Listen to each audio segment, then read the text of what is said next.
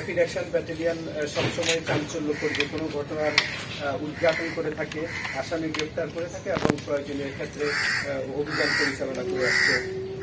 আমরা জনমানুষের আস্থা অর্জনে অত্যন্ত পেশাদারিত্বের সাথে কাজ করে যাই। এর এই ধারাবাহিকতায় গতকালকে 18 মে আমরা গতকাল বিকেলে এই যে গোডাউনটি দেখতেছেন সেখানে আমরা একটা মদের আস্থানা খুঁজে পাই, যেখানে বাইরে থেকে মদ এনে রাখা হয়েছে এবং পরবর্তীতে সেটা বিভিন্ন জায়গায় বিক্রি করবে, বাজারজাত করবে।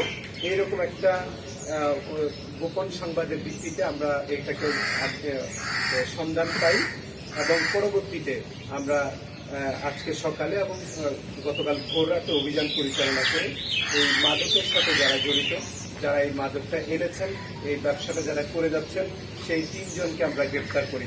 এই 3 জনের মধ্যে মোহাম্মদ দিন ইসলাম আছেন, মোহাম্মদ আনিসুর রহমান জীবন আছেন এবং মোহাম্মদ হাদি আছেন। মূলত এই 3 জনকে যেটা আমরা জিজ্ঞাসাবাদ করে জানতে পেরেছি, এরা হলো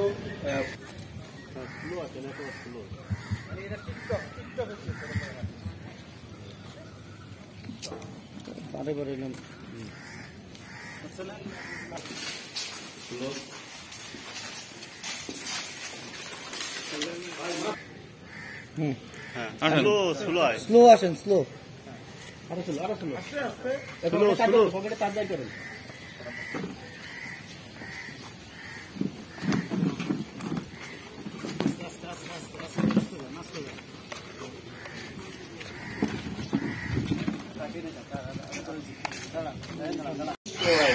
মানে একটা কেমিক্যাল যেটা হলো সাধারণত বর্জ্য নিষ্কাশনের জন্য, শোধনের জন্য বিভিন্ন ফ্যাক্টরি ব্যবহার করে থাকে। আপনি জানেন যে বিভিন্ন ফ্যাক্টরি থেকে যে পানিগুলো বের হয়, দূষিত পানি যেগুলো নদ নদীতে যুক্ত হয়, সেই পানি শোধনের ঔষধ হলো পলি অ্যালুমিনিয়াম ক্লোরাইড। সেইটার আদলে এটা চায়না থেকে তারা আমদানি করে থাকেন।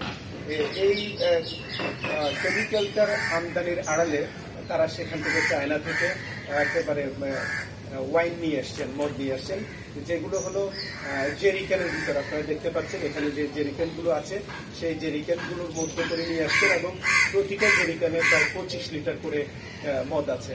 আমরা নিশ্চিত হওয়ার জন্য প্রাথমিকভাবে আমাদের যে ল্যাব আছে সেখানে আমরা ল্যাবে এই নমুনা সম্পদটা টেস্ট করিয়েছি। আমরা দেখেছি যে প্রায় 79% ইথাইল অ্যালকোহল এর মধ্যে আছে।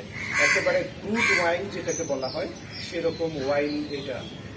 তো আমরা জিজ্ঞাসাবাদ করার পরে আসামিরা স্বীকারও করেছেন যে মূলত অবৈধ লাভের আশায় বা বেশি পরিমাণ লাভের আশায় তারা এটা এনেছেন। সাধারণত এই যে এক জেরিক্যান আপনারা দেখছেন, যেটা পলি অ্যালুমিনিয়াম ক্লোরাইড যদি বিক্রি করেন বাজারে, সেটার দাম হয়তো 5 থেকে 6 হাজার টাকা, বাট একই সমপরিমাণ ওয়াইন তারা বিক্রি করেন প্রায় 50,000 টাকা করে বাজারে।